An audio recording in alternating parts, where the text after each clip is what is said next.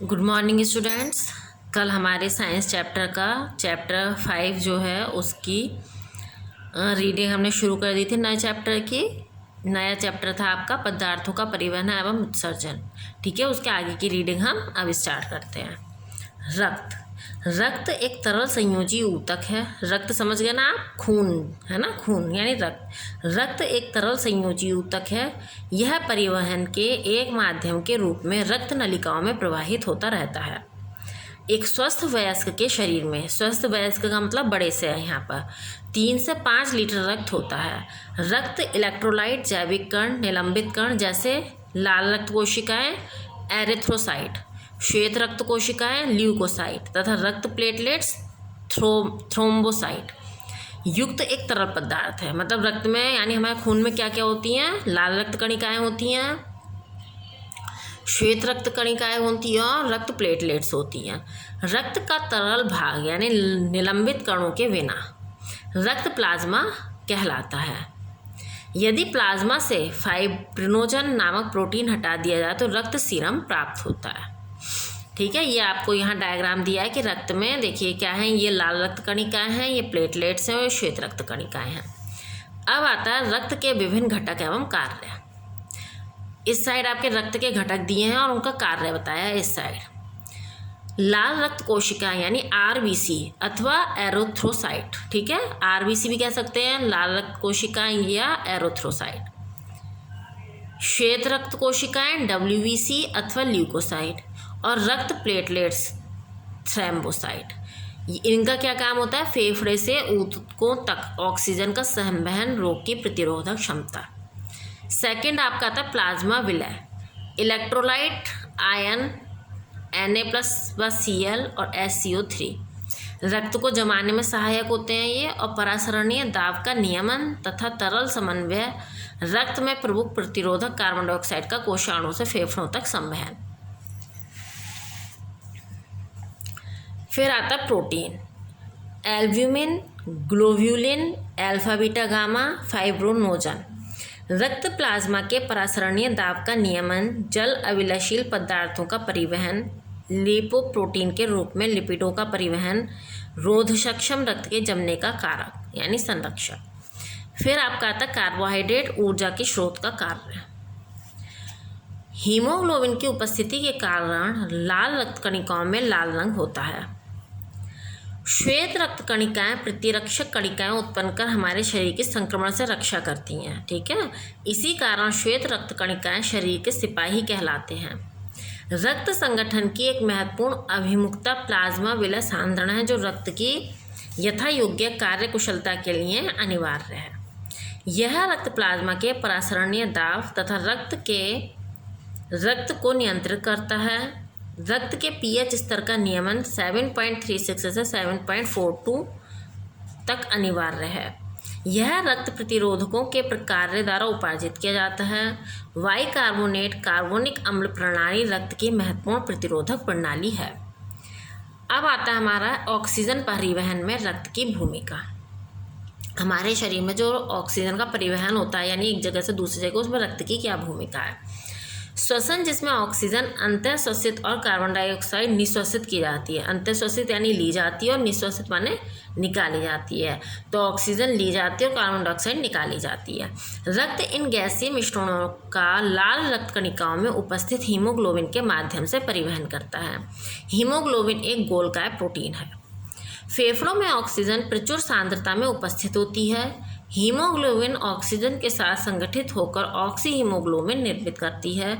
जिन ऊतकों में ऑक्सीजन की मात्रा कम होती है, ऑक्सी हीमोग्लोबिन पृथक हो जाती है तथा श्वसन प्रक्रिया में उपयोग के लिए ऑक्सीजन को मुक्त कर देती है। रक्त के कार्य, रक्त के प्रमुख कार्य निम्नलिखित हैं। रक्त छोटी आंत से यकृत तथा अन्य अंगों तथा पोषक तत्वों का परिवहन करता है। रक्त शरीर के विभिन्न अंगों में चयापचय संचार व्यवस्था का वाहक है।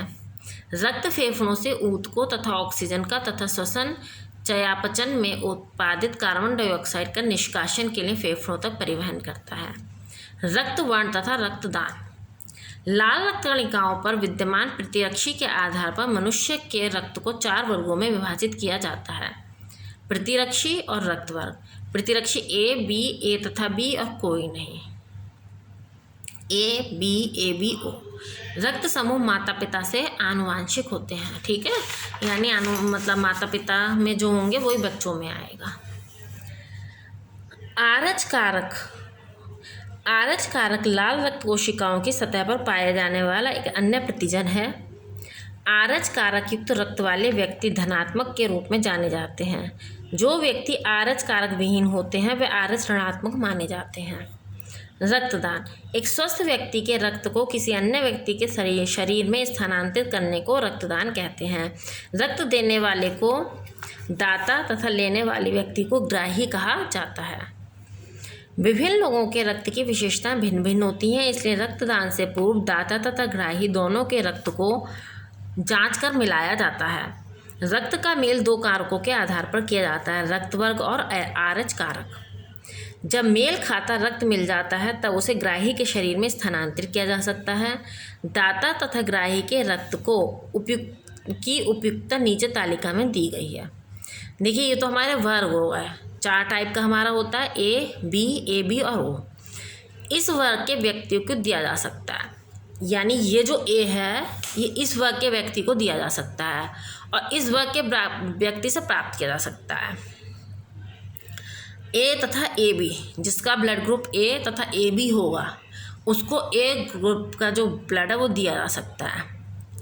और मान लीजिए ए ब्लड ग्रुप वाले को कोई परेशानी होती है तो वो किससे ले सकता है, वो ए वाले से लेगा या ए ओ वाले से लेगा। दे तो ए और ए बी वाले को सकता है वो अपना, लेकिन लेगा किससे, ए तथा ए ओ वाले से। बी वाला जो है, अगर बी वाले को किसी को ब्लड देना है अपना तो उसका ब्लड ग्रुप क्या होना चाहिए, बी तथा ए बी। और वो ले किससे सकता है, बी तथा ए ओ से। ए बी है जिसका, वो ए बी वाले से को दे सकता है और सभी वर्गों से ले सकता है, वो कोई भी वर्गों से ले सकता है। और ओ वाला सभी को दे सकता है लेकिन ले केवल ओ वाले से पाएगा।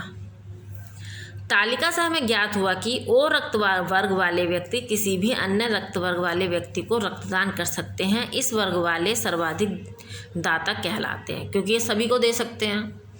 ए बी रक्त वर्ग वाले व्यक्ति किसी भी रक्त वर्ग वाले व्यक्ति से रक्त पा सकते हैं, अतः ए बी रक्त वर्ग वाले जो व्यक्ति हो गए वो सार्वत्रिक ग्राही हो गए क्योंकि वो किसी से भी ले सकते हैं।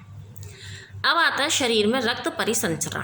शरीर के विभिन्न भागों से कार्बन डाइऑक्साइड युक्त रक्त यानी अशुद्ध रक्त दाएं आलिंद में प्रवेश करता है और दाएं नीले में भेज दिया जाता है। यहाँ से रक्त पल्मोनरी ध्वनि द्वारा पुनः ऑक्सीकरण के लिए फेफड़ों में भेज दिया जाता है। फेफड़ों में यह रक्त कार्बन डाइऑक्साइड देकर अंतःश्वसित वायु से ऑक्सीजन अवशोषित करता है।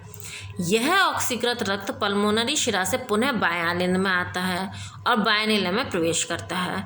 यहाँ से आर्योटा के द्वारा रक्त शरीर के विभिन्न भागों में भेजा जाता है। रक्त कोशिकाओं में से प्रवाहित होते समय ऊतकों को ऑक्सीजन तथा अन्य पोषक तत्व वितरित करता है और कार्बन डाइऑक्साइड तथा अन्य अपशिष्ट पदार्थ अवशोषित कर लेता है।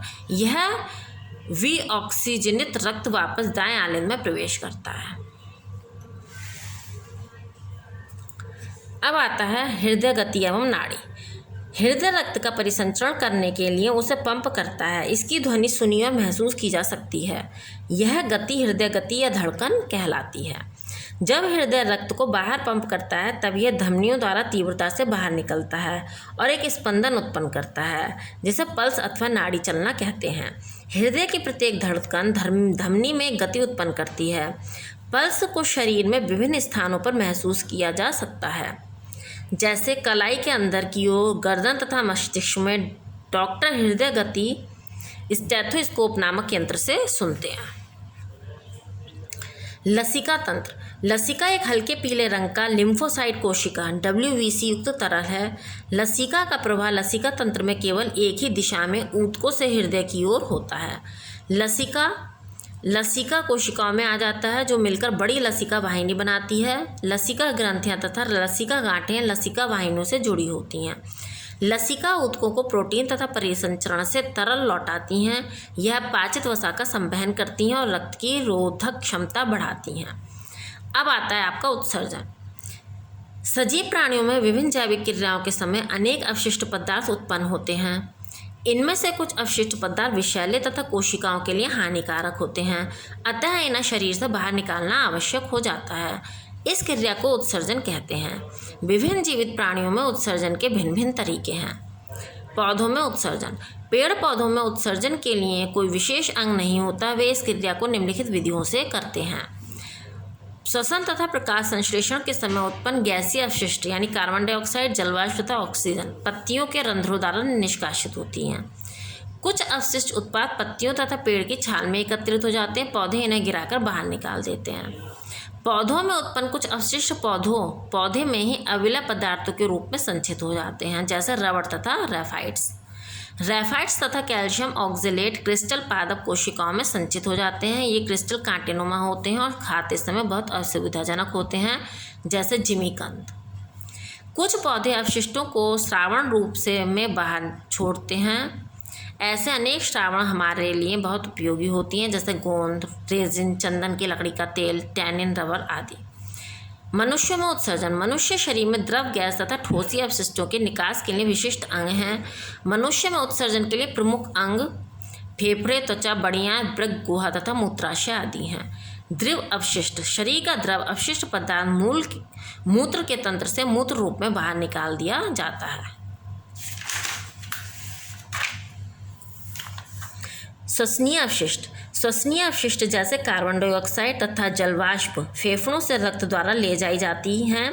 फेफड़ों में वायुकोश अथवा एल्वियोलाई रक्त से कार्बन डाइऑक्साइड बाहर निकाल देते हैं और नासिका द्वारा उसका निःश्वसन हो जाता है। ठोस अपशिष्ट। शरीर में उत्पन्न ठोस अपशिष्ट गुहा से मल के रूप में उत्सर्जित किए जाते हैं। जल, लवण, यूरिया आदि। त्वचा में श्वेत ग्रंथियां जल, लवण, यूरिया आदि को रक्त से विसरण द्वारा बाहर निकाल देते हैं। ये अपशिष्ट शरीर की त्वचा में बने रोम छिद्रों से उत्सर्जित कर दिए जाते हैं। अब आता है आपका वृक्क के उत्सर्जन तंत्र। गुर्दे उत्सर्जन तंत्र के मुख्य अंग हैं। इनका कार्य रक्त से नाइट्रोजियस अपशिष्ट पदार्थों को पृथक करना है। प्रत्येक गुर्दा असंख्य निस्पंदों से निर्मित है, जो वृक्काणु कहलाते हैं। प्रत्येक वृक्काणु अनेक कुंडलित केशिका गुच्छ से बना होता है, जिसे ग्लोमेरुलस कहते हैं। ये आने वाले रक्त को अपनी दीवारों के माध्यम से डायलिसिस प्रणाली द्वारा निष्पादित तरल को छान देते हैं। इस निष्पादित तरल में जल, ग्लूकोज, रबड़ तथा यूरिया जैसे नाइट्रोजन यौगिक होते हैं। इस तरल का रंग पीला होता है। अवशिष्ट उत्पाद युक्त यह पीला द्रव्य घोल मूत्र कहलाता है। यह मूत्र वृक्कों से बाहर आकर मूत्रवाहिनियों द्वारा मूत्राशय में पहुंच जाता है और मूत्रमार्ग से होकर शरीर से बाहर निकाल दिया जाता है। मूत्र में विभिन्न अपशिष्टों की सांद्रता शरीर में विभिन्न अंगों तथा अंग तंत्रों की गतिविधियों पर निर्भर करती है, अतः मूत्र परीक्षण द्वारा किसी व्यक्ति के स्वास्थ्य के विषय में जानकारी ली जा सकती है। जैसे मूत्र में शर्करा की अत्यधिक मात्रा अग्नाशय के विकृत होने का संकेत करती है। मूत्र में यूरिया अथवा यूरिक अम्ल की अत्यधिक उपस्थिति वृक्क के विकृत होने का संकेत देती है। इस लेसन की बेटा रीडिंग खत्म हो गई है और जो इसके महत्वपूर्ण तथ्य दिए होते हैं बुक में वो आप लोगों को स्वयं पढ़ने हैं, खुद पढ़ेंगे आप।